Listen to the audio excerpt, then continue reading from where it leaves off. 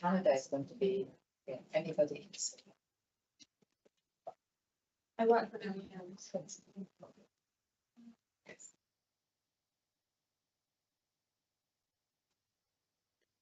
Yes, Are we online? yes, we are. Great. Yeah. Okay. Thanks. So we will now move on to agenda item 7, which is the pension fund administration update, which I believe Jenny overseeing. Thanks. So, yeah, the LPPA quarterly administration report, from July to September, it is showing that they're meeting their 95% target, showing 98.4, but we're not really happy with the figures, especially with margins. We're not convinced that they're meeting the targets. We've done some monitoring recently. They're slightly out. It's not horrendous, but you know, it's supposed to be 5 days. And when you make someone a leaver, they've supposedly got 5 days to send out the time of documentation. It's not quite happening. I'm not quite sure why yet, but I've got a meeting with their director tomorrow. Hoping for some answers.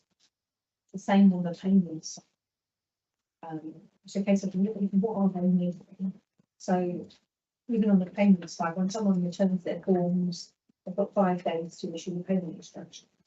Within that process, there's completing the finalising the calculations, then they've got to affect, and they've got to be sent to us. But all of that to happen in 5 days is quite short. And my suspicion is that the administrator is doing their part within 5 days. That doesn't mean that we receive them within 5 days. On average, it's more like 7 or 10, so it's not too far out of scope. I think it possibly was earlier this year. There has been some improvement on what we're monitoring on, but we still need some answers. Sort of let us know what they're monitoring. I think most other areas, the SLA is longer. It's more like 10 days, or the deferred benefits, 15. So that's an easier target to manage, but we've got quite a short 5 days. Well, we'll see. I have to ask the questions. We've got the evidence to them. I don't think they're relying either in notice. If looking at some other council, Lancashire notice it. LPPA have to do their administration of their living rights. Lancashire and the LPPA. So yeah, it's noted elsewhere. So we'll see the answers we get tomorrow. I don't know, time's short. Do you want me to go through the report or just see if anyone's got any questions? Wouldn't mind asking, I'm sorry. No, you go. First. It's perfect. No, I was just going to ask about on that point. So obviously, when people are retiring, they'll have a month's salary, presumably when they leave. Are we saying that they're not getting their pension in good times, so they've without temporarily without income, or So it's a possibility, not you're not necessarily. getting those reports? It's- Yeah, so what happens is that someone might hand in their notice to the manager. And then we're relying on the manager making them a leave on the payroll system. And we get weekly reports and we're submitting over 55 things to the LPPA on a weekly basis. So the initial dependency is on when that manager starts the process. There's a week gap before we might get that information, but I don't think we can include it. And then, yeah, the LPPA starts stepping in. What the LPPA want is all notifications 30 days. Their time frame is they're sending 30 days to try and process it, send it out, get it back and process payments, which is a reasonable amount of time. If we don't notify 30 days in advance, then the first payment might not be in the following payroll after they've left. It can fluctuate. We also have to meet payroll deadlines as well, which are quite tight.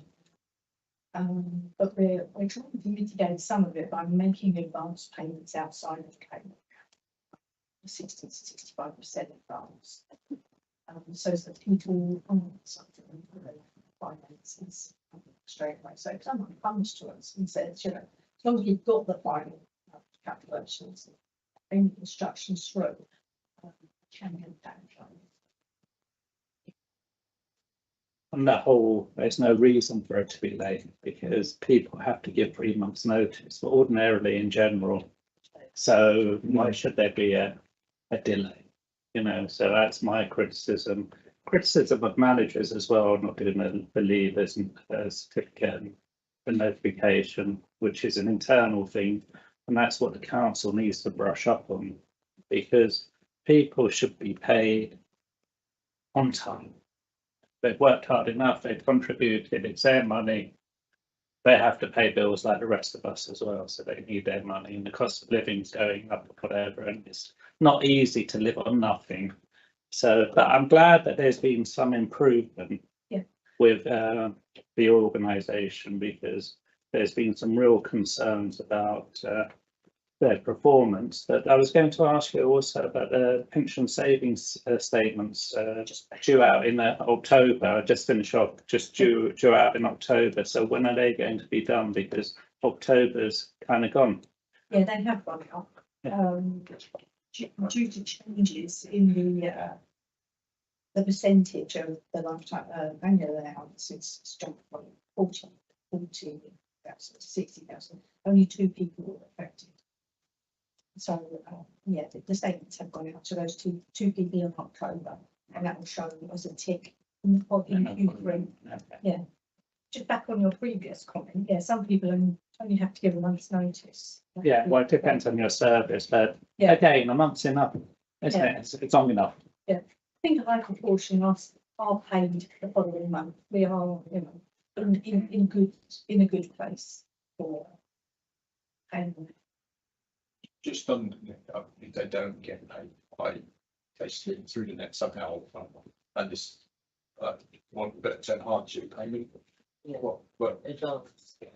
how is that communicated? In other words, if it was me, and I rang up the office and said, look, I haven't got anything, do you come out with, yeah, you can cap this, or do you have to actually personally ask for it? I mean, what is it? Is it advice from yourselves, or do you have to be in the know to ask for that? Sort of in the know, but most people, I don't mean sort of in the know, most people will come to us if they've not received a notification to say that benefits are going to be paid from the ill. Do you signpost them then to say, well, there is a fund that you can have? It's not like a fund, it's just an advance. Yeah, an advance, whatever it's called, but It's an advance for the payroll. the point is to signpost them, not what it is.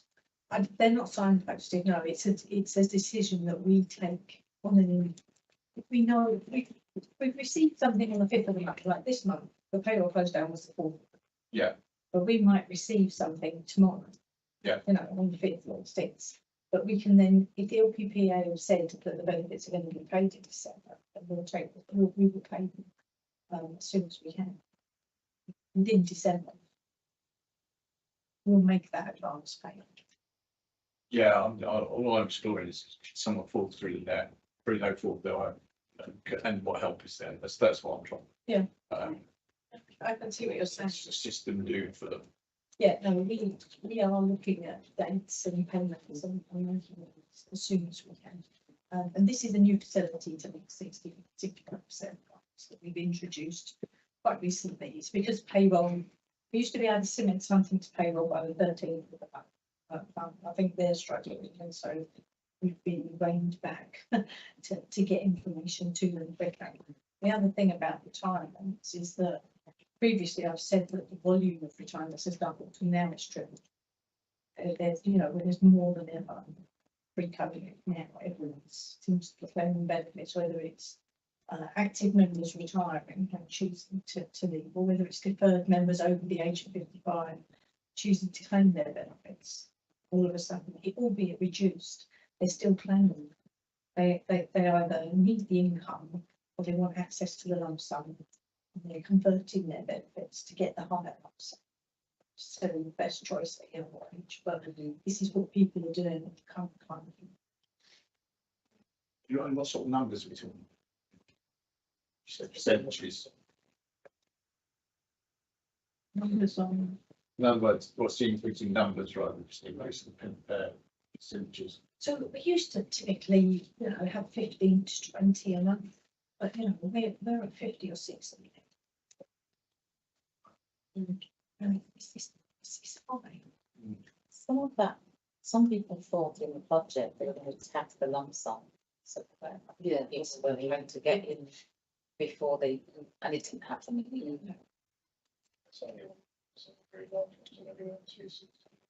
Over 100,000 people thought might be taxed. Currently, there'll be a tax on the balance over 264,000. One case, but only one so far.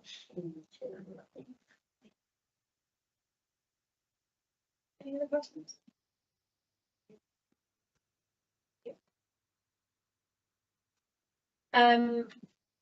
We'll move on to our performance monitor update. Okay, So, in the time, I'll just home in on the important things. So the first one is approving the extension of the actuarial contract for 3 years, calling off the Norfolk framework. So the actuaries are due to start the work in March 2025, and their contract ending this year. So we're asking for approval to call off the framework and extend that for 3 years. So that's seeking approval. Just to update on Loughborough. Loughborough was one of the property managers that the fund showed. We're still getting the money in, no change there. We have now got problems with another fund, Hermes, which was updated again. And I think one of the things about an open-ended property fund as opposed to a closed-ended property fund is there's inherently a disalignment because you can ask for your money back, but they're invested in liquid assets. So if you get a big redemption, or there's panic, and then can sort of get lots of people redeeming, which is what has happened with this particular fund, one big investor, which I think might have been a pool, which might have been 2 or 3 investors, became one big investor. I don't know exactly. But once that put in their redemption, everybody else sort of panicked, wants to get on the queue. And now the fund is unviable with a 71% redemption request. But they are in conversations with Legal and General Investment Management, who have the fund. And I think this might go through as opposed to the Loughborough one. I think there was, I think this seems to look like it will go through, although there will have to be an EGM with a certain percentage of the investors agreeing for that merger. So we'll have to wait and see. So somehow investing with the home buyers hasn't necessarily paid off in the long run, because we have 2 of our funds which are UK based. Of course, post-COVID, these funds with retail and offices have obviously faced challenges as well. So that's on Hermes. AGM past reviews because the Victoria Hall is now closed, and this is the AGM that we have where we have a number of presenters coming. We have been trying to look for a good location in Ealing. Winford is not. Is the HO? This is what we're looking at, so I have to talk to someone called Jackie to see if the atrium. The other option was the DoubleTree by Hilton, which I understand is further up on this road. Yeah. So the first choice would be the atrium. Hopefully that will work. And if not, that's the second choice. I did try to call 1 or 2 schools to say maybe half term. We might be able to rent the space, but no answers though. So that's It's in Lordsville, North Croft Community Centre. location wise. It wouldn't be great. Exactly, yeah, because even today we had the conversation with the board and they thought even the DoubleTree by Hilton is too far, let alone anywhere else. So they seem to prefer this. So this is going to be our first choice, the atrium, so hopefully that will work. We can get- Yeah, I mean, it's free for all as well. I mean, we still paid for for Victoria Hall, it Yeah. wasn't free. Yeah. And I'm sure the atrium, there'll be a charge, Yeah. but it'll probably be cheaper than the I mean, dormitory. free for all is quite large. They said the location again is Yeah, not ideal They, for people getting there. Yeah. Yeah. but, Yes. Okay, so I will update, but this will be the first choice, and hopefully this will work. What's the date? We haven't picked a date yet because we get the venue and find the availability, but it's usually around March. do you have any postcode plotting on there? Pension? That'd be interesting. Postcode plotting. I.e., where do they live? It's just that I had a meeting today that we sometimes have here, sometimes have in Greenwood Hall. Right. And there's no difference in the The thing is the It's staff, Same demographic. the staff Yeah, are mostly in this building. the people that are still working, that's Yeah. true, yeah. But And I think it's that one one downstairs. downstairs, so I think that's possibly. They're studying. Yeah. I've learned this one. Indeed. Yes. And the active really are the ones who, I mean, the pensioners are already drawing their income, so that they're really Yeah. coming for a cup of coffee and stuff. Yeah. And it's It's true. Yes. Right, and there's been a consultation, there was, before the consultation came out, there was like lots of rumors, was like press, the FT had carried the story that they were going to merge all the funds. But the consultation has actually come up with what they want is all local authorities to transfer all of their assets, listed assets by 31st of March 2025 and private market assets by 31st of March 2026. It does create some challenges for London because London has got 32, the London City have got 32 boroughs with probably 400 mandates. So that will be a challenge. The question is, are we supposed to be establishing the readiness of the CIV to receive these assets? There are lots of things to iron out as in what will they be doing. I think with London, they might just take oversight for the assets and still leave the legacy assets that I run off with the boroughs. We're going to be responding to consultation, but the main things are around the governance. They are emphasizing much more training and probably specifying the type of training that we should be providing for the pension committee, because there's a regulation around training for the board. So they've tried to bring that in for the committee. They're insisting that we have an independent in every London committee. So apart from having your strategic advisor, you have an independent. At the moment, independents are about 30,000 a year. So they're specifying what type of qualifications they need. What else have they said in the main things of the consultation? One of the questions that came up in our pre-brief was about freedom of information, because those all come to us. And then we were saying, well, if you all have to go to your 32 boroughs to get the answer, maybe they should bring the pools inside of the FOI so that you just do one FOI for London rather than every London borough having to get the FOI for the pension fund, right to the CIV, get the answer back and then respond. So we'll there are conversations around that. Yeah, I think that's the main thing. I have put it in an appendix, some of the questions that they have asked, and we will be putting in response. For London officers and section 151s are coming together to draft one response, which each borough can then take and adapt to what they really want to respond back.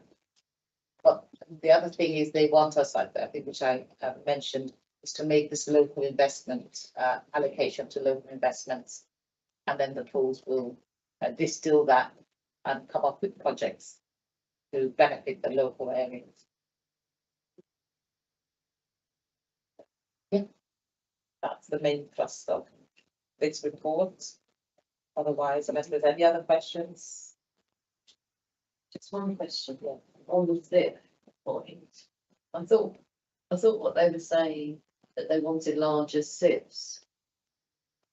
I think what they've said is that the SIVs should be having conversations with one another, and they're sort of encouraging the SIVs to merge if they want, but at the moment, they're just working with the 8 SIVs the 8 pools that they are. But they have said that all the pools should be FCA regulated, and 3 of the pools are not. I don't know how they're gonna get all of that, plus take all the assets between now and March 2025, really.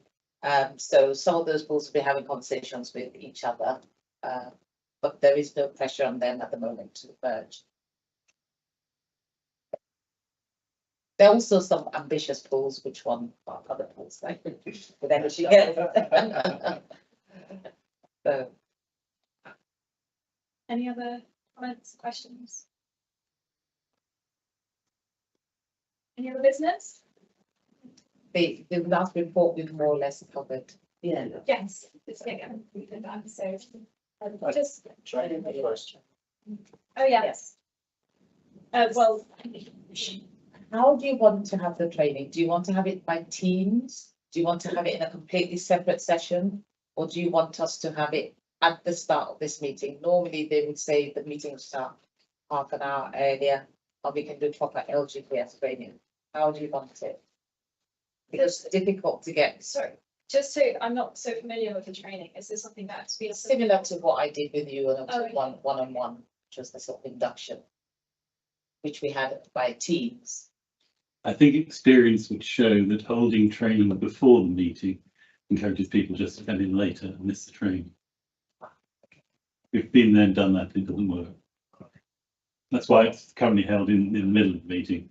I was going to have the opposite view to you, actually, because to do the 2 things at once for me is much easier than coming in a separate session or doing it over Teams, you know. But Teams is great, but you do get distracted sometimes when your things are going on at home, so Yeah. I totally agree with you. I personally go.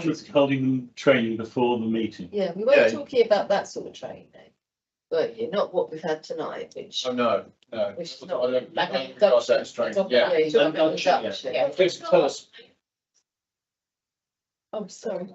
Alright. So, yeah, should we stop it now? I Stop the think we streaming? should maybe have this discussion Yeah. offline. But just to say, before we go on to that, the date of the next meeting will be the 20th of March.